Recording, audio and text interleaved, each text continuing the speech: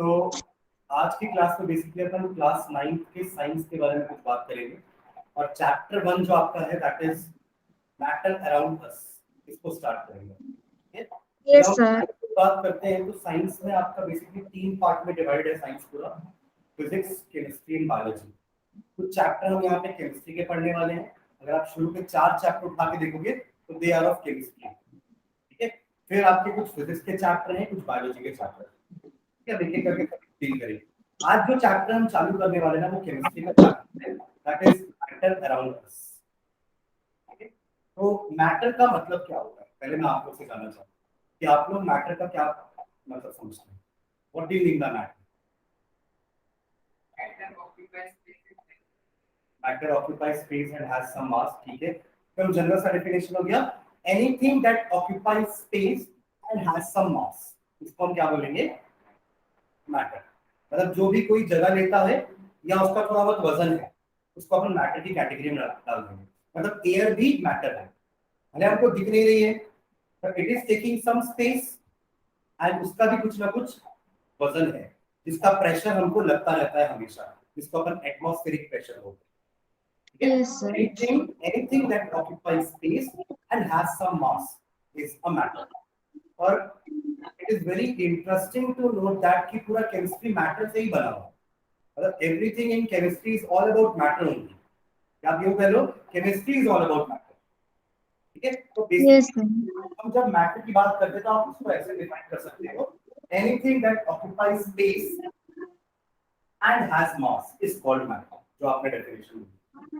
ठीक है, अब यस मैटर सर। किस फॉर्म में एग्जिस्ट करता है? मैटर किस किस फॉर्म में एग्जिस्ट करता है? तो it exist in the form of 5 basic elements, इसको हम 5 तत्व कहते हैं, हिंदी में 5 तत्व कहते हैं। वो क्या है आपका? एयर, हवा, अर्थ, ग्राउंड, है ना, फायर, यस सर। स्काई आपका आसमान, और वाटर। ये 5 इसमें आपका मैटर डिवाइड है। समझिए, जब मैं अर्थ बोलता हूँ तो अर्थ के अंदर आपका मेटल वगैरह सब आ जाएगा। ठीक है, कुछ बोल रहे हो बाकी? सॉरी, ठीक है, तो अर्थ का मतलब आपका पूरे मेटल्स, नॉन मेटल्स सब आ जाएंगे, क्योंकि अर्थ क्रस्ट से ही हमको मेटल्स मिलते हैं। ठीक है, यस सर। तो कुछ एग्जांपल दिया मैटर का, chair, bed, river, mountain, dog, tree, building etcetera. Anything around us is matter. Yes anything sir. Around us is matter. Matter. ऐसे हम क्लासिफाई कर सकते हैं मैटर को, ध्यान देना। Matter can be classified in 2 types. एक फिजिकल क्लासिफिकेशन होता है मैटर का और एक होता है केमिकल क्लासिफिकेशन। फिजिकल क्लासिफिकेशन का मतलब क्या है कि आप मैटर को उसके फिजिकल स्टेट के हिसाब से कैसे क्लासिफाई करें। फिजिकल स्टेट मतलब दिखने में वो कैसा है, फिजिकली कैसा है। Yes sir. फिजिकली हैंडीकैप है कोई, और कोई को समझ में आता है कि उसके बॉडी पार्ट्स में कुछ ना कुछ पार्ट्स जो है वो इंपेयर होगा, प्रॉपर वर्किंग नहीं कर रहा होगा।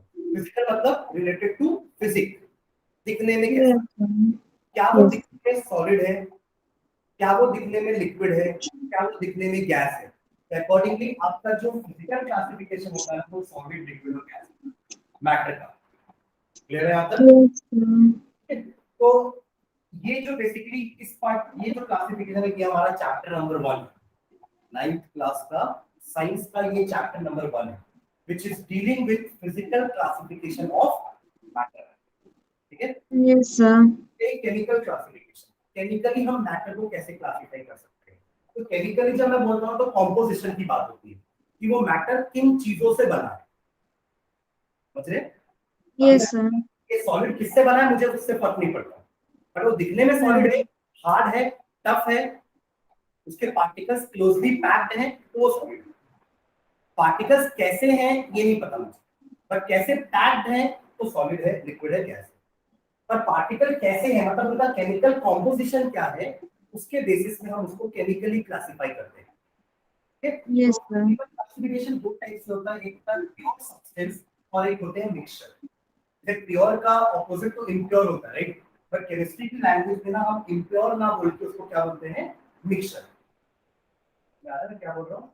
तो अगर ऐसे प्योर सब्सटेंस, इसका मतलब प्योर मतलब ऐसा नहीं कि शुद्ध है, तो अपना नॉर्मल लैंग्वेज में प्योर बोल रहे हैं कि प्योर घी है, शुद्ध घी है, बट यहाँ पे प्योर का मतलब क्या होता है? एक ऐसा सब्सटेंस जो एक ही जैसे आइटम से बना होता है, समझ रहे हो? जैसे एक पानी का ग्लास मैंने लिया, तो Yes, sir. उस पानी के ग्लास में सारे के सारे मॉलिक्यूल पानी के ही होंगे, नहीं. मतलब that glass of water consist of molecules of water. एक गोल्ड का टुकड़ा लेता हूं मैं, गोल्ड सोना, Yes, sir. उसके अंदर सारे के सारे जो छोटे छोटे पार्टिकल्स है वो सब एटम्स होंगे, और किसके होंगे? वो गोल्ड के ही होंगे, Gold. समझ रहे? तो Yes, elements sir. And compounds comes under the category of pure substance. Gold is an element, gold is Yes, sir. An element. ऐसे 118 एलिमेंट है हमारे नेचर में, जिसको हमने पीरियोडिक टेबल में सजा के रखा हुआ है, समझ रहे हो? Yes, sir. पीरियोडिक नाम सुना आप लोगों ने, है ना? तो वो पीरियोडिक टेबल में आपके सारे एलिमेंट्स प्लेस्ड है, ठीक है? और Yes, sir. जो मैंने वाटर का एग्जांपल दिया ना, water is a compound. Water क्या है? कंपाउंड। Compound. तो एक से ज्यादा एलिमेंट को मिला के बना हुआ, इसलिए हम वाटर को Yes, क्या sir. बोल रहे हैं? कंपाउंड बोल रहे हैं। समझ में आ रहा है? Yes, sir. प्योर सब्सटेंस के अंदर element and compound. Element is made up of same kind of atoms and Yes. Compound is made up of same kind of molecules. Molecules. समझ गए ना क्यों प्योर बोल Yes, रहे sir. हैं? अब इम्प्योर यानी कि मिक्सचर का क्या मतलब होगा? ऐसा सब्सटेंस जो एक से ज्यादा एलिमेंट या एक से ज्यादा कंपाउंड को मिक्स करके बना। जैसे air is a mixture of gases बोलते हैं, आप लोगों को पता है? Yes, sir. कई बार इस चीज को अपन यूज करते हैं ना, एयर क्या होता है? It is a mixture of gases. अब उसके अंदर ऑक्सीजन गैस भी है, उसके अंदर हाइड्रोजन गैस भी है, नाइट्रोजन भी है, Carbon dioxide also. Carbon dioxide भी है ना? इसलिए वो मिक्सचर कहलाता है। Yes, sir. एक तो उसमें बहुत सारे एलिमेंट्स का मिक्सचर है, प्लस किसी का भी कॉम्पोजिशन फिक्स नहीं है। Yes, sir. इस रूम की बात कर लो, इस रूम में एयर है, अब आप Hmm. जानते हो तो कितना परसेंट ऑक्सीजन है, कितना परसेंट कार्बन डाइऑक्साइड, कोई फिक्स नहीं है। अभी यहाँ मैं थोड़ा सा Hmm. बढ़ा दूं तो कार्बन डाइऑक्साइड बढ़ जाएगा, ऑक्सीजन कम हो जाएगा। अब आगे हाँ. कम कर दूं, यहाँ से मैं खिड़की खोल दूं, ऑक्सीजन बढ़ जाएगा। समझ रहे हो? मतलब एयर का हाँ. मिक्सचर जो है ना, मतलब एयर का जो कॉम्पोजिशन है वो फिक्स नहीं है। ये एक बेसिक डिफरेंस होता है कंपाउंड और मिक्सचर में। जैसे वाटर का H2O आप कहीं का भी ले आओ, आप ऑस्ट्रेलिया का पानी ले आओ, आप यूएस का पानी ले आओ, आप यूके का पानी ले आओ, आप पाकिस्तान का पानी ले आओ, मैं इंडिया का पानी ले आता हूँ, सबका फॉर्मूला H2O ही है। समझ रहे हो? Yes, sir. इसका क्या मतलब? कि कॉम्बिनेशन सेम है, फिक्स्ड है। ऐसा नहीं कि पाकिस्तान वाले पानी में H ज्यादा होगा O कम होगा, हमारे वाले में O ज्यादा होगा H कम होगा, ऐसा नहीं होगा। समझ रहे हो? H2O मतलब H2O ही होगा। कंपाउंड का हाँ. कॉम्पोजिशन फिक्स होता है, Yes, sir. बट मिक्सचर में कॉम्पोजिशन फिक्स नहीं होता है। हम पढ़ेंगे एक्चुअली ये जो केमिकल क्लासिफिकेशन है ना, ये आपका चैप्टर नंबर 2 है, Yes. केमिस्ट्री का, साइंस का ये चैप्टर नंबर 2 है। हम जब पहले चैप्टर की बात करें तो हम ये इसी साइड की बात करेंगे, ठीक है? और जब मैं सेकंड चैप्टर की बात करूंगा तो आई टॉक अबाउट दिस। समझ गए? Okay, sir. That is chemical classification. तो मिक्सचर भी दो टाइप के होते हैं, होमोजेनियस, हेटेरोजेनियस। आपको मैंने दो Yes, ग्लास sir. पानी दिया, आपको मैंने दो ग्लास पानी दिया, एक में मैंने बोला कि उसमें शक्कर डालो या नमक डाल दो और मिलाओ उसको, और दूसरे में मैंने बोला कि रेत डालो, सैंड डालो। तो आपका ऑब्जर्वेशन क्या होगा? सॉल्ट भी नीचे चले जाएगा और सैंड भी नीचे चल जाएगा. सॉल्ट क्यों नीचे जाएगा? सॉल्ट तो डिसॉल्व हो जाएगा ना। हाँ, सॉल्ट डिसॉल्व हो जाएगा. तो लो या शुगर लो, वो डिसॉल्व होने वाला है। हाँ. अब अगर एक ग्लास में प्लेन वाटर रख दूं, तो अब आप क्या प्लेन वाटर और सॉल्ट वाटर में डिफरेंस पता कर पाओगे बिना टेस्ट किए? नहीं. दिखने में दोनों एक जैसे हैं, राइट? हाँ.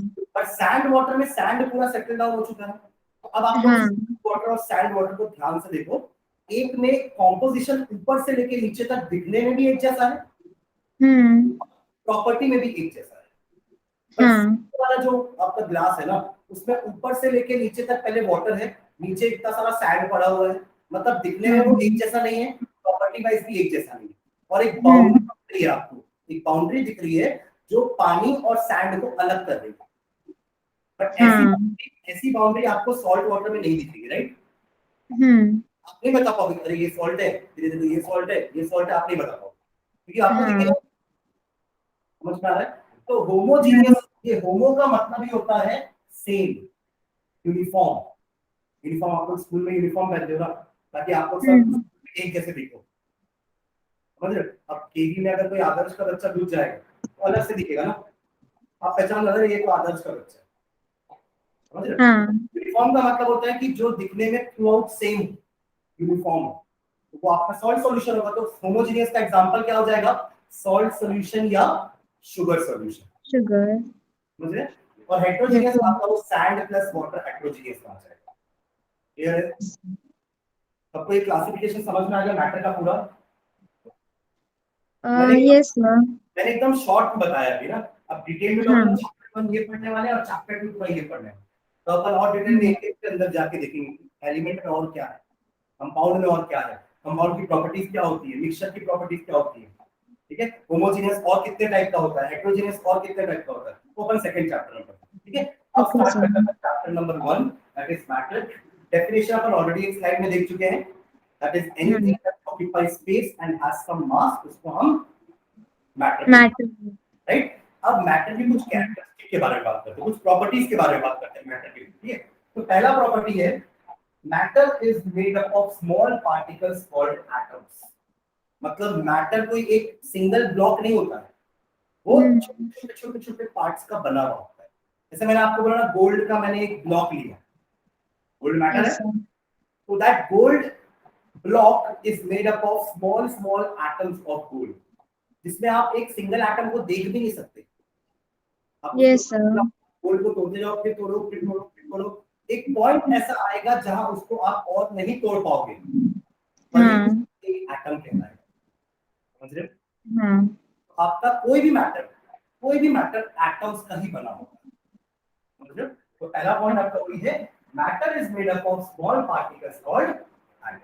ऑटम्स। ठीक है? और ये पार्टिकल्स इतने छोटे हैं to be observe with naked eye. Naked eye समझते हो ना? Yes sir. ये आपकी नेकेड आई होती है। ठीक है? मैंने चश्मा भी लगाया, मैंने कितना भी पावरफुल लेंस लगा लूं, मैं एक एटम को ऑब्जर्व नहीं कर पाऊंगा। समझ रहे हो? तो ये आपका हो गया कि सेकंड पॉइंट। वो पार्टिकल्स मतलब atoms are too small to be observe with naked eye. Third point देखो, these particles are constantly moving। constantly moving का मतलब क्या है? मूव करते रहते हैं। ये हमेशा मोशन में रहते हैं। राइट? ये हमेशा मोशन में रहते हैं। जैसे मोशन में आपको रहते हैं। ये जो टेबल में जिसमें बैठा हूँ, ये तो मोशन में नहीं है, इसके पार्टिकल्स तो मोशन में नहीं है। अगर ऐसा होता तो हाँ टेबल पे स्थिर रहती नहीं, हो तो आगे बढ़ते रहती। राइट? समझ रहे हो? हाँ। तो एक्चुअली हर टाइप के मैटर के लिए ये वाला प्रॉपर्टी एप्लीकेबल नहीं है। लिक्विड के लिए आप बोल सकते हो, गैस के लिए आप बोल सकते हो कि उसके पार्टिकल्स कांस्टेंट मोशन में रहता है, क्योंकि जहां पे जितना भी ऑक्सीजन होगा, कार्बन डाइऑक्साइड होगा, वो पार्टिकल हमेशा मोशन में होगा। बट हाँ सॉलिड नहीं। सॉलिड क्या करता है? वो भी मूव करता है, बट वो अपनी जगह में रह के ना ऐसे ऐसे वाइब्रेट करता है, तो उसका वाइब्रेटरी मोशन है। क्या है? Vibratory motion. Vibratory motion. इन सब का क्या है? इनका प्रॉपर मोशन है, इनकी काइनेटिक एनर्जी होती है। काइनेटिक एनर्जी का मतलब क्या होता है? It is the energy processed bye a moving body. किसी भी मूविंग बॉडी में काइनेटिक एनर्जी होगी। समझ में आ रहा है? Yes sir. आपको दिख नहीं रहा है क्या स्क्रीन? सर आपका वीडियो ऑफ हो गया है।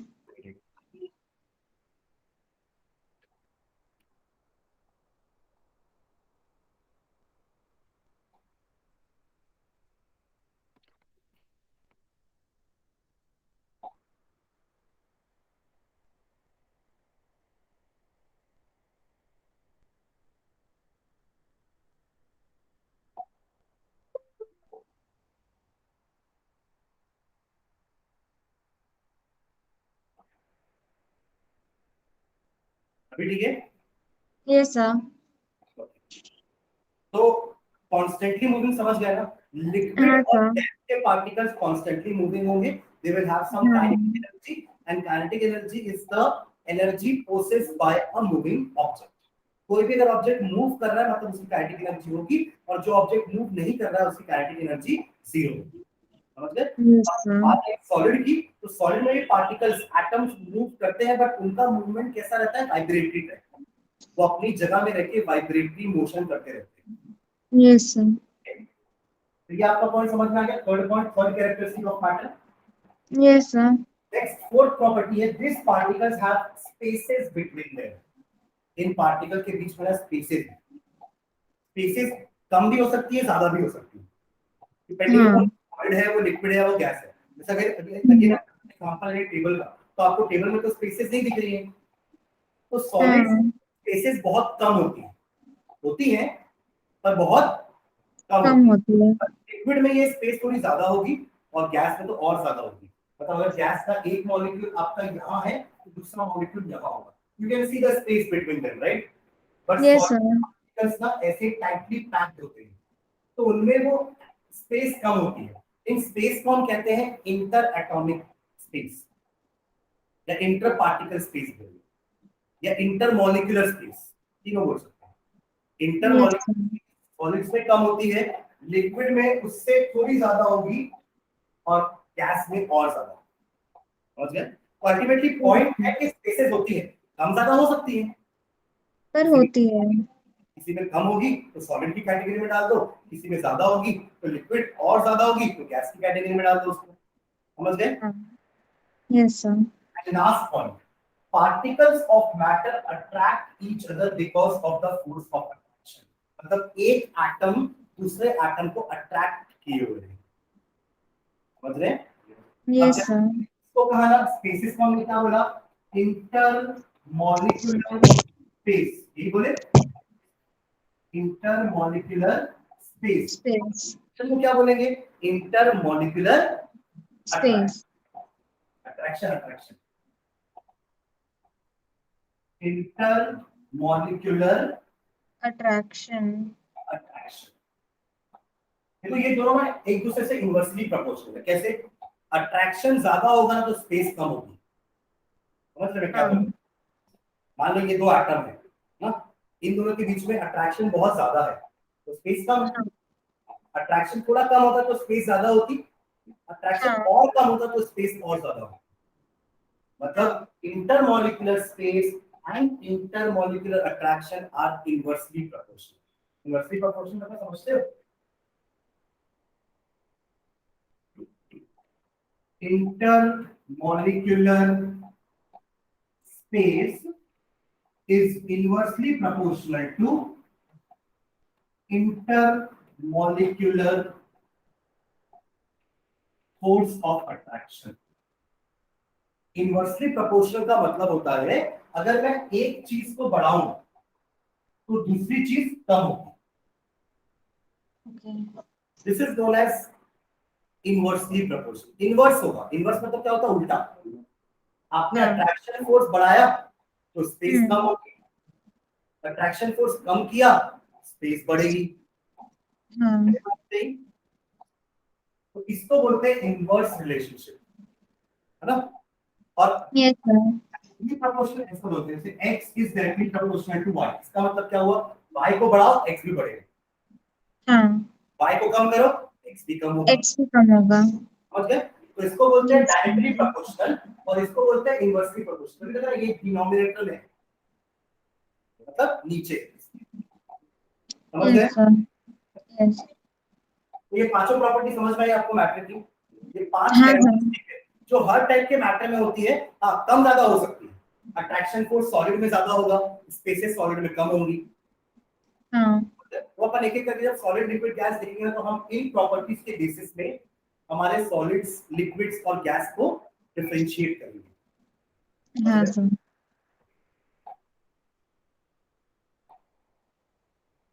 फिजिकल क्लासिफिकेशन ऑफ मैटर, वही लेफ्ट वाला पार्ट याद है? लेफ्ट में अपन जो क्लासिफिकेशन बनाए थे, Yes, sir. are the basis on which matter is classified physically। Physically आप कैसे क्लासिफाई करते हो? क्या क्या चीजें देखिए, उनका पार्टिकल अरेंजमेंट कैसा है, पार्टिकल कैसा है नहीं, अरेंजमेंट कैसा है। हाँ. पार्टिकल कैसा है तो वो तो केमिकल क्लासिफिकेशन में चला जाएगा, हम्म. कि पार्टिकल एक जैसा है कि पार्टिकल अलग अलग जैसा है। समझ रहे हो मैं क्या बोल रहा हूँ? तो Yes, अगर sir. पार्टिकल का अरेंजमेंट के बेसिस में होगा क्लासिफिकेशन, एनर्जी कैसी है पार्टिकल की, जैसे अपन बात करें ना अभी कि लिक्विड और गैस की काइनेटिक एनर्जी ज्यादा होगी पार्टिकल्स की, और सॉलिड की काइनेटिक एनर्जी जीरो होगी क्योंकि वो मोशन में रहेगी। तो based on the energy of the particle, and third based upon distance between them, वही अट्रैक्शन एंड स्पेस। यस कर पा रहे हो? Yes sir. सॉलिड, लिक्विड और गैस की ये तीन ही कैटेगरी में डिवाइड करेंगे हम, बट वो डिवीजन किस बेसिस में हो रहा है, किस आधार पे हम ये डिवीजन किए हैं, वो आधार क्या है, वो बेसिस क्या है, उनका पार्टिकल का अरेंजमेंट, उनके बीच की स्पेसेस और उनके बीच का अट्रैक्शन, उनके बीच की एनर्जी। समझ गए? तो अकॉर्डिंगली Yes. तीन टाइप के आपके पार्टिकल्स हो जाएंगे, या क्लासिफिकेशन हो जाएगा, solid, liquid and gas. Yes. Clear है? Yes sir. तीनों की डेफिनेशन देखते हैं, सॉलिड क्या होता है, लिक्विड क्या होता है, गैस क्या होता है। तो ऑन द बेसिस ऑफ कि पार्टिकल्स कैसे पैक्ड है या उसका शेप और वॉल्यूम कैसा है, हम तीनों को डिफाइन कर सकते हैं। Solids are the one that has a definite shape and a definite volume. By saying definite, I mean fixed. जैसे ये पेन है, ये सॉलिड है, राइट? तो इसका एक डेफिनेट शेप है, एक फिक्स्ड शेप है, और ये एक फिक्स्ड जगह है, इसकी जगह फिक्स होगी। ऐसा Yes नहीं sir. कि आज इतनी जगह ले रहा है, कल इतनी जगह लेगा, ऐसा नहीं है। इसका वॉल्यूम भी फिक्स है और इसका शेप भी फिक्स है। Yes आप sir. चेयर टेबल सब यूज करते हो, उन सबका साइज शेप फिक्स होता है। Yes sir. अलमीरा, ये सबका साइज शेप फिक्स होता है, ठीक है। जब मैं लिक्विड की बात करता हूं ना, तो इसका कोई डेफिनेट शेप नहीं होता, there is no definite shape. अपन पढ़े हैं ना, liquid just takes the shape of the container in which it is kept. Yes sir. मैंने उसको ग्लास में लिया तो वो ग्लास का शेप ले लेगा, आपने उसको बॉटल में लिया तो वो बॉटल का शेप ले लेगा। बॉटल भी अलग अलग शेप की होगी तो वो अलग अलग शेप ले लेगा। मतलब वाटर हैज गॉट या liquid has got no definite shape, it just takes the shape of the container जिसमें वो रखा गया है, in which it is kept. Clear Yes है? sir. बट हाँ, वॉल्यूम फिक्स होता है, इसका वॉल्यूम फिक्स है। वॉल्यूम फिक्स का मतलब क्या हुआ, 1 लीटर पानी मैंने आपको दिया, अगर आप उसको 25 लीटर की बॉटल में डालोगे तब भी उसका वॉल्यूम तो 1 लीटर ही, 25 Yes थोड़ी ना होना है कि मैंने अगर बॉटल 25 लीटर की में डाल दिया तो वो पानी 25 लीटर हो जाएगा, ऐसा नहीं होगा। मतलब उसका वॉल्यूम फिक्स है। लिक्विड का वॉल्यूम फिक्स होता है बट शेप फिक्स है। Yes sir. मेरे ग्लास में 100 ml पानी था, मैंने उसको बॉटल में खाली किया तो अभी भी 100 ml पानी है, दोनों का शेप अलग अलग होगा। समझ गए? Yes sir.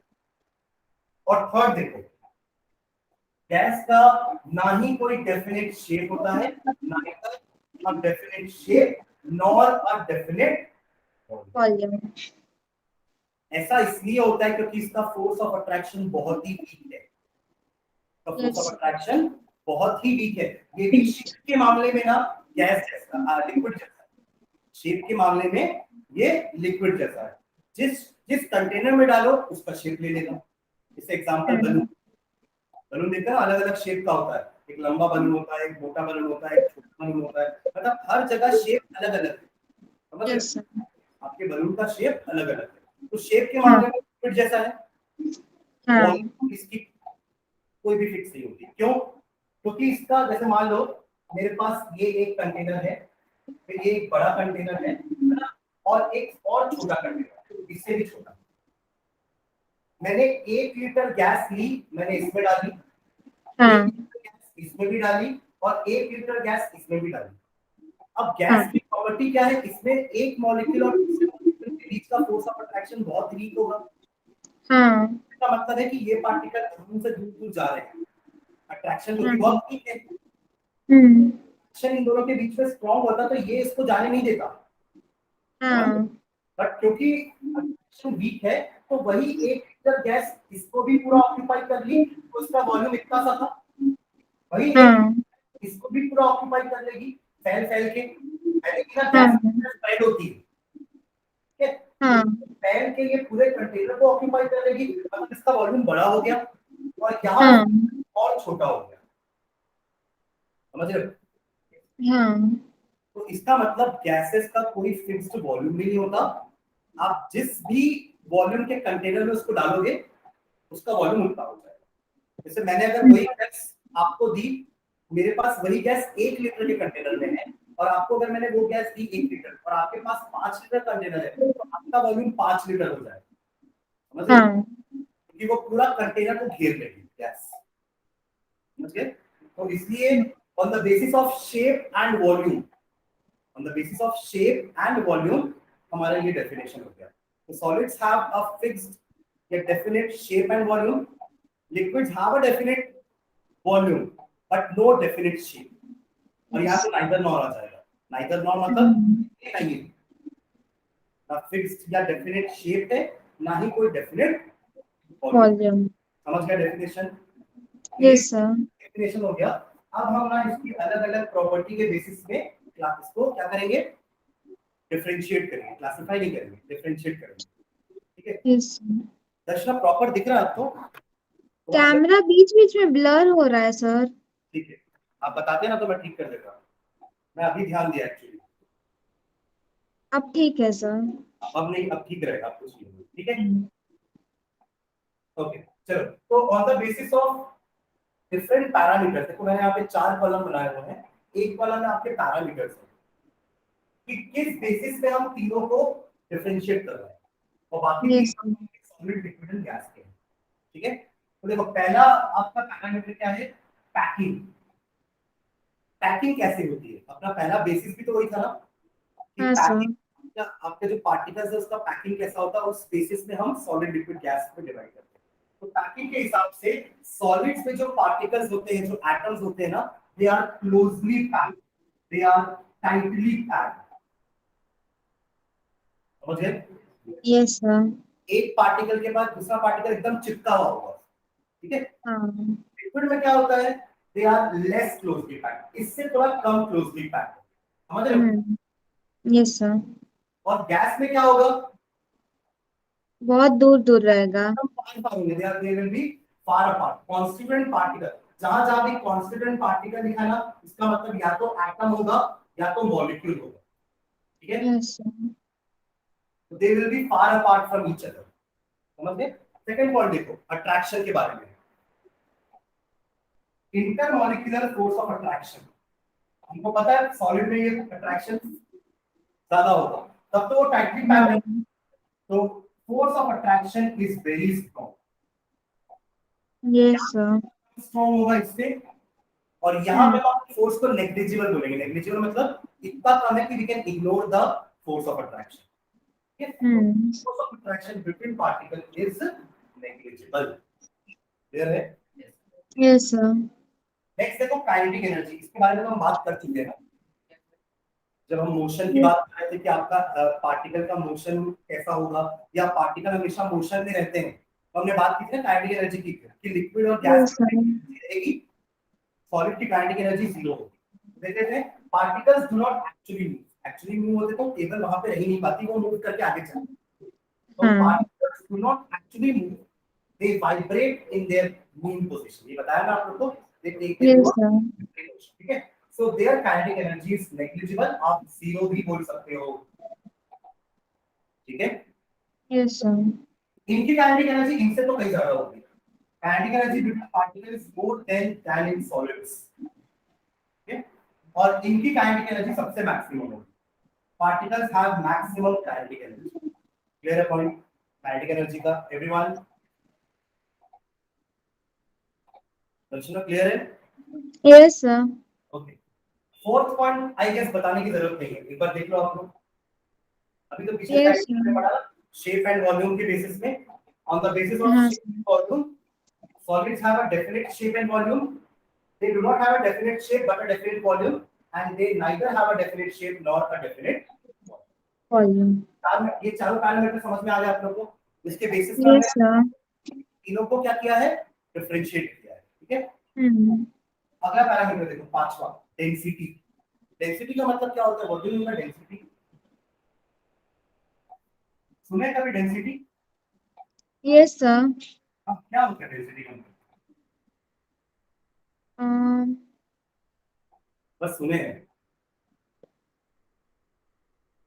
हाँ, डेंसिटी लेवल ऐसे सुना है सर। डेंसिटी लेवल ऐसे सुना है। Density level. या चलो देखो डेंसिटी का मैथमेटिकल डेफिनेशन क्या होता है आपको बताता हूँ। मास अपॉन वॉल्यूम, किसी भी चीज का मास अपॉन उसका वॉल्यूम। जैसे आप लोग कभी पेट्रोल पंप में जाओगे ना, अब ऑब्जर्व करना चाहिए, मैं बता दिया आपको डेंसिटी क्या होता है। पेट्रोल पंप में ना दो नंबर्स दिख रहे होते हैं। एक नंबर लिखा रहता है जो कि आजकल बहुत हाई हो गया है, रेट हाँ पर लीटर का रेट लिखा रहता है कि 107.80 एक लीटर का प्राइस है। और उसके हाँ जस्ट यहाँ ये भी लिखा रहता है। किसी ने अगर ये देख लिया और सोचा ये पर लीटर का रेट है तो उसको हार्ट अटैक आ जाए। अगर हाँ क्या पड़ेगा मुझे 1 लीटर का, तो फिर तो काम चलेगा, समझ रहे हो? तो ये जो लिखा रहता है ना, ये एक्चुअली पेट्रोल की डेंसिटी होती है। मतलब हाँ अगर आप sir. 1 metre cube, 1 metre cube समझते हो? क्यूब समझते हो? क्यूब, क्यूब एक आपका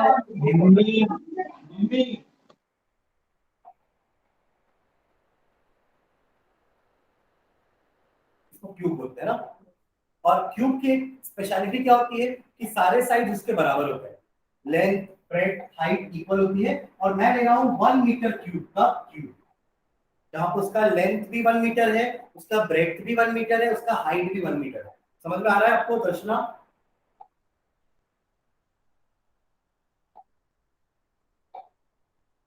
हाँ सर।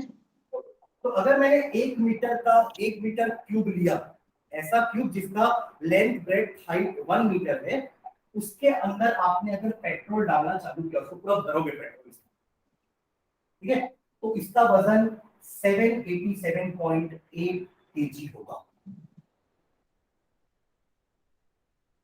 मतलब this much kg of petrol is taking 1 metre cube of space। समझ में आ रहा है? Yes sir. जैसे पानी की बात करें, पेट्रोल की दूर की बात होगी, पानी का 1 ग्राम, पानी का 1 ग्राम 1 सेंटीमीटर क्यूब जगह लेता है। पानी का 1 ग्राम 1 सेंटीमीटर क्यूब जगह लेता है। समझ गए? हाँ यस सर।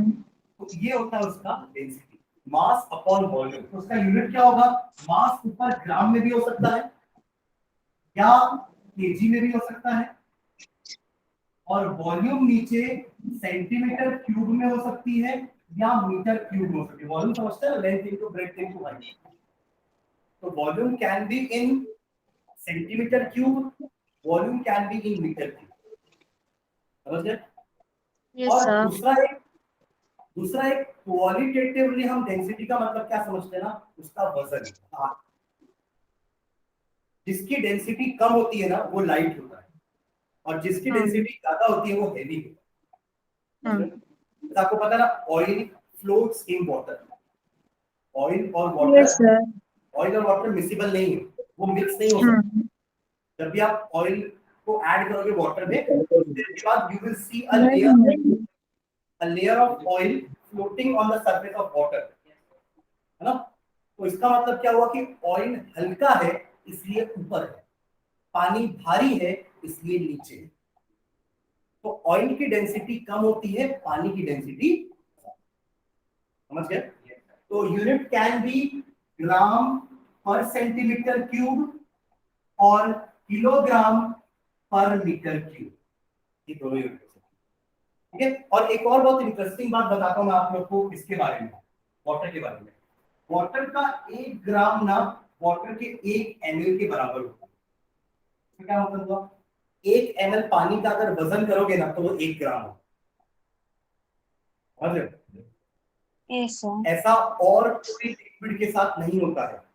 हम जनरली जो हमारी डे टू डे लाइफ में हम एक गलती करते हैं बोलते समय, जो हमारे घर में मम्मियां करती हैं, क्या करती है? बोलती 1 किलो दूध ले रहा, हाँ एक्चुअली वो 1 लीटर दूध देके जा रहा है ना, आपका दूध दूध वाला है, वो 1 लीटर दूध देके जाता है, उसका वजन 1 किलो नहीं है। हाँ वो आप चालू भाषा में हम बोल रहे थे कि 1 किलो दूध, तो 1 किलो दूध नहीं है। उसका वजन हो सकता है 1 किलो से ज्यादा हो या 1 किलो से कम हो, that will depend upon the density. Hmm क्योंकि वाटर की डेंसिटी 1 ग्राम पर सेंटीमीटर क्यूब होती है, क्योंकि वाटर की डेंसिटी 1 ग्राम पर सेंटीमीटर क्यूब होती है, इसलिए वाटर का हर 1 ग्राम 1 ml के बराबर होता है। हाँ तो वाटर के लिए आप ये चीज बोल सकते हो कि 1 किलो वाटर बोलो या 1 लीटर पानी बोलो, एक ही मतलब। हाँ ये स्टेटमेंट वाटर के लिए ट्रू है। मैं 1 किलो पानी बोलता हूँ, आप 1 लीटर पानी बोलते हो, this is one and the same, but the same is not true with every liquid. मैं क्लियर? समझ यस गए? सर तो यस सर डेंसिटी का मतलब अगर सबसे पहला क्लिक करना चाहिए तो वो आप एक तो क्लिक करना चाहिए कि उसका वजन, दूसरा हाँ कि उस पर्टिकुलर लिक्विड का या सॉलिड का या गैस का कितना मास कितना जगह ऑक्यूपाई कर रहा है। हाँ अब आप समझो, डेंसिटी को मैं तीनों में कंपेयर करने वाला हूँ, सॉलिड लिक्विड गैस में। मेरे पास 1 किलो सॉलिड है, 1 हाँ किलो लिक्विड है और 1 किलो गैस है, तीनों मेरे पास 1 किलो है। अब आप सोच के बताओ, 1 मिनट सोचने का लेना और बताना मुझे कि कौन सा मटेरियल ज्यादा जगह लेगा। तीनों मैंने एक गैस एक आंसर आ गया है, गैस। ऑब्वियसली गैस, क्यों? हाँ अब इसको रिलेट करो फोर्स ऑफ अट्रैक्शन से, क्योंकि पार्टिकल्स के बीच का फोर्स ऑफ अट्रैक्शन कम है, तो वो 1 किलो गैस का बहुत ज्यादा जगह ले लेगी। हाँ 1 किलो लिक्विड थोड़ी सी कम लेगी गैस से, और सॉलिड तो हाँ एक इतना सा बाट आता है 1 किलो का। हाँ? हाँ समझ रहे हो? तो अब आप मुझे बताना, डेंसिटी किसकी कम होगी किसकी ज्यादा होगी। ध्यान देना, सबका मास हमने सेम लिया है, जैसे हम लोग, हाँ मैंने सॉलिड भी 1 किलो दिया आपको, मैंने लिक्विड भी 1 किलो दिया, मैंने आपको गैस भी 1 किलो दिया, सबका मास सेम है, हाँ बट वॉल्यूम सबका अलग अलग है। एग्री? हाँ तो आप बताओ किसका डेंसिटी कम होगा तो फिर किसका डेंसिटी ज्यादा होगा। सोचो सोचो सोचो, इस फॉर्मूले से देख के बता दोगे आप लोग। चीज बताओ, एक गैस का डेंसिटी ज्यादा रहेगा। चलो मेरी मेरी बात सुनो, चलो। हाँ आप ही थे जो बोले थे वॉल्यूम गैस का ज्यादा है ना दर्शक। हाँ अब समझ लो, ठीक है। मुझे बताना, 1/2 और 1/5 में कौन बड़ा है? 1/5 रियली? नहीं 1/2 सोच लो भाई, अच्छे से सोच लो, एकदम सिंपल सा क्वेश्चन पूछा आप लोगों से। 1/2, 1/5 श्रेयांश क्या बोलता है? 1/5 बड़ा है? 1/5 बड़ा है? ठीक है। 1/2 को मैं 0.5 बोलता हूँ और 1/5 को मैं 0.2 बोलता हूँ। अब कौन बड़ा है? दर्शना, सर कौन बड़ा हुआ? 0.5 तो 1/2 बड़ा हुआ ना? हाँ क्या कैसे? एकदम सिंपल था, 6-7 का मैथ्स, फ्रैक्शन आप लोग पढ़ते हो ना। चलो कोई बात नहीं, इसको ऐसे भी समझना। मान लो मेरे पास 10 चॉकलेट है, लेकिन आप हाँ 3 लोग हो ना, मेरे पास 9 चॉकलेट है, ठीक है। हम्म, अगर मुझे उसको 3 लोगों में डिवाइड करना है तो सबको 3-3 मिलेगी। मैंने वो हाँ 9 चॉकलेट को 3 में डिवाइड किया तो सबको 3-3 मिलेगी। पर अगर वही हम्म, 9 चॉकलेट को मैं 2 में डिवाइड करूंगा तो सबको 4.5 मिलेगी। मतलब हाँ अगर डिनोमिनेटर छोटा होता है ना, तो ओवरऑल फ्रैक्शन, ओवरऑल क्वांटिटी बड़ी होती है। हाँ 2 लोग में डिवाइड हो तो 4.5 मिला ना, कोई 3 लोग में डिवाइड हो हाँ तो 3 ही मिल रहा है। 3 मतलब डिनोमिनेटर जितना बड़ा होगा क्वांटिटी उतनी छोटी होती है। डिनोमिनेटर छोटा, क्वांटिटी बड़ी होगी। समझ गए? हाँ अब बताओ किसका किसका डेंसिटी ज्यादा होगा किसका डेंसिटी कम होगा। सॉलिड का डेंसिटी ज्यादा होगा क्योंकि उसका वॉल्यूम कम है। दर्शना, क्लियर है? हाँ यस मास सर सबका सेम है, मास सबका सेम है, बट वॉल्यूम जिसका कम होगा ना, उसकी डेंसिटी ज्यादा होगी, इनवर्सली प्रोपोर्शनल। हाँ density is inversely proportional to volume. जिसका वॉल्यूम कम उसका डेंसिटी ज्यादा, जिसका वॉल्यूम ज्यादा उसकी डेंसिटी कम। कम समझ गए? अब ऐसी गलती तो नहीं होगी ना? हाँ, एकदम ब्लेंडर हुआ ये तो। लगा कोई एक तो होगा जो 1/2 को बड़ा बोल देगा, ठीक है। 1/2 मतलब एक को 2 पार्ट में डिवाइड करना, और 1/5 मतलब एक को 5 पार्ट में डिवाइड करना। बड़ा कौन सा होगा? जो 2 पार्ट में डिवाइड हुआ है, समझ गए? हाँ, यस सर। तो डेंसिटी का पॉइंट आप पढ़ लो, समझ में आ गया होगा। तो have high density, lower than solid, और सबसे लीस्ट डेंसिटी आपके गैस की होती है। उसका पूरा कारण है उसका वॉल्यूम, और वॉल्यूम ज्यादा होने का कारण क्या है? Inter molecular force of attraction. सब जुड़ी वहीं से, सारी चीजें वहीं से जुड़ी है। मैं हर रीजन में देखना वो अट्रैक्शन फोर्स को बीच में लेके आऊंगा। डेंसिटी इसकी कम क्यों है? क्योंकि इसका वॉल्यूम ज्यादा है। वॉल्यूम ज्यादा क्यों है? क्योंकि intermolecular force of attraction कम है। Yes sir. कम था तब तो एक मॉलिक्यूल दूसरे मॉलिक्यूल को पकड़ नहीं पाया, फैल गए। फैल गए तब तो वॉल्यूम बढ़ गया, ठीक है। चलो नेक्स्ट पॉइंट देखते हैं, डिफ्यूजन। ये भी एक नया वर्ड है, डिफ्यूजन। डिफ्यूजन का मतलब क्या होता है?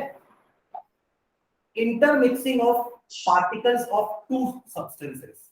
Intermixing of particles of two substance. एक एग्जांपल देता हूं आप लोगों को।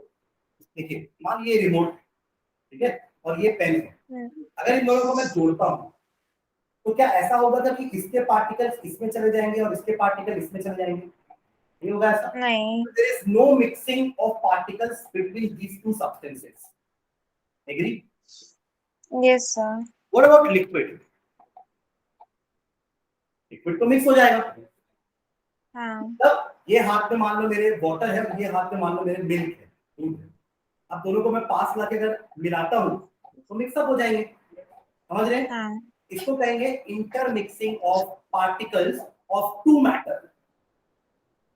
एक वाटर था, एक मिल्क था, दोनों मैटर हैं, दोनों के पार्टिकल्स आपस में मिक्स हो सकते हैं, तो इसको अपन कहते हैं डिफ्यूजन। What about gas? आराम से, वो तो और आराम से डिफ्यूज हो जाएंगी। हाँ। इसका एक बेस्ट एग्जांपल आप लोग को बताता हूँ। घर में अंदर किचन में क्या बन रहा है आपको हॉल में बैठे बैठे पता चलता है कि कुछ गरम गरम बन रहा है, उसकी महक ऐसे फ्लो होते होते होते होते आपके नाक तक चल जाती है। तो वो खाने का जो स्मेल है वो एयर के साथ मिक्स हुआ, डिफ्यूज हुआ, और आपके नाक तक पहुंचा। This process is known as diffusion. समझ रहे हो? Yes sir. डिफ्यूजन हमेशा एक हायर कंसंट्रेशन वाली जगह से लोअर कंसंट्रेशन की तरफ होता है। कहां से? किचन से स्मेल आपको आई ना, क्योंकि वो पूरी स्मेल किचन में थी, वो पूरी गैस किचन में थी, उसका कंसंट्रेशन वहां पे बहुत ज्यादा था, वो वहां से उड़ के यहाँ आया। इस प्रोसेस को हम डिफ्यूजन बोलते हैं। And diffusion always take place from higher concentration to lower concentration, higher quantity to. यहाँ पे उस खाने की स्मेल नहीं थी, पूरी की पूरी स्मेल कहाँ थी? वो खाने की किचन में, वहां से वो उड़ के यहाँ आई ना, मतलब हायर कंसंट्रेशन से लोअर कंसंट्रेशन की तरफ आई। समझ गए? Yes sir. वैसे ही आप वो इंसेंस स्टिक जलाते हैं ना, अगरबत्ती। अगरबत्ती में अगर रूम के एक कोने में जलाऊं तो पूरे दूसरे कोने तक रूम में महक आती है। Perfumes, yes sir. इंसेंस आप लगाते हो, किसी ऐसे आदमी के बगल से निकल जाए जिसने लगाया होगा, आपको स्मेल आती है कि नहीं आती है? क्योंकि वो डिओड्रेंट्स, वो परफ्यूम के पार्टिकल एयर में डिफ्यूज हो गए और आपके नाक, आप तो एयर इनहेल कर ही रहे हो ना, you are yes sir. Inhaling air, तो उस एयर में वो पार्टिकल मिक्स हो गए और आपके नाक में चले गए। समझ गए? तो diffusion is the intermixing of particles of two matter. Solid में ये नहीं होता है, लिक्विड में ये होता है, और गैस में बहुत ज्यादा होता है। क्लियर है एवरीवन? Yes sir. तो diffusion, they do not diffuse, ठीक है, they can diffuse, they can easily diffuse. Clear है? Yes sir. कंप्रेसिबिलिटी समझते हो क्या? दबाना, दबाने से अगर वो चीज दब जाए तो मतलब बोलेंगे हाँ ये कंप्रेस हो रही है। सर। हाँ, कुछ बोल रहे हो? आपकी स्क्रीन नहीं दिख रही है सर, ऑफ हो गई स्क्रीन। नहीं, मुझे तो दिख रही है, मतलब मेरे लैपटॉप पे भी चल रहा है, इसमें तो दिख रही है मुझे। ओके सर, अब आगे- दिख रहे हैं सर। हाँ, ठीक है। तो कंप्रेसिबिलिटी की जब बात करते हैं तो सॉलिड्स कंप्रेसिबल नहीं है। अब आप जहां टेबल में बैठे हो उसको दबा के देखो तो वो नहीं दबेगी, समझ रहे हो? हाँ, but there are some exception. Sponge, sponge भी सॉलिड है बट स्पंज कंप्रेस हो सकता है, दैट इज वन एक्सेप्शन, एक एक्सेप्शन है वो, ठीक है। बाकी नहीं तो सॉलिड्स आर इनकंप्रेसिबल, ठीक है। लिक्विड्स भी ऑलमोस्ट इनकंप्रेसिबल ही है। आप सोचो कि मैं कंप्रेस करूं तो वो तो बाहर आ जाएगा ना लिक्विड। आप पानी, एक बकेट में पानी फुल कर दो और फिर उसको ऊपर से दबाने की कोशिश करो, क्या पानी बाहर आ जाए, तो उसको कंप्रेसिबिलिटी थोड़ा बोलेंगे। कंप्रेसिबिलिटी का मतलब तो ये होगा कि पानी का क्वांटिटी उतना ही रहे बट वो नीचे चला जाए। तो आपके लिक्विड्स भी ऑलमोस्ट इनकंप्रेसिबल है। Gaseous are highly compressible. ये रही यहाँ पे जो एयर है मैंने इसको दबा दिया, यहाँ की एयर को मैंने ऐसे दबा दिया, समझ रहे हो? तो गैसेस आर हाईली कंप्रेसिबल। और उसका कारण क्या है? स्पेसेस बहुत है ना गैसेस के बीच में। तो क्या हो रहा है, आपकी ये एक गैस का मॉलिक्यूल है और दूसरे मॉलिक्यूल के बीच में इतना स्पेस है, तो जब मैं ऊपर से प्रेशर दूंगा ना तो आराम से इसके पास जगह है नीचे जाने की, इसलिए ये आराम से कंप्रेस हो जाती है। वही सॉलिड में क्या होता है, ये सॉलिड के पार्टिकल्स इतने टाइटली पैक्ड होते हैं, उसके नीचे अगली लेयर भी इतनी टाइटली पैक्ड होती है कि आप अगर ऊपर से दबाओगे ना तो उसके पास तो जगह ही नहीं नीचे जाने की, समझ रहे हो? हाँ, इसलिए यस आप सर। सॉलिड्स एकदम हाईली इनकंप्रेसिबल है and gases are highly compressible, ठीक है। चलो नेक्स्ट पॉइंट देखो, फ्लूइडिटी। फ्लूइडिटी का मतलब क्या होता है? एनीथिंग दैट कैन फ्लो, जो फ्लो हो सकती है वो फ्लूइड है। Anything that can flow is a fluid. तो गैस आपकी फ्लो होती है और लिक्विड भी फ्लो होता है, तो ये दोनों आपके फ्लूइड्स होंगे, solids do not flow. Clear है ये पॉइंट? तो समझाने की जरूरत नहीं है। रिजिडिटी जब बोलते हैं, रिजिडिटी का मतलब होता है टफनेस, हार्डनेस। सॉलिड्स रिजिड होते हैं, है ना? सॉलिड्स क्या होते हैं? रिजिड होते हैं। लिक्विड्स एंड गैसेस रिजिड नहीं होती, दे आर नॉट हार्ड, ठीक है। क्लियर है ये पॉइंट? दर्शना यस सर। क्लियर है ना रिजिडिटी?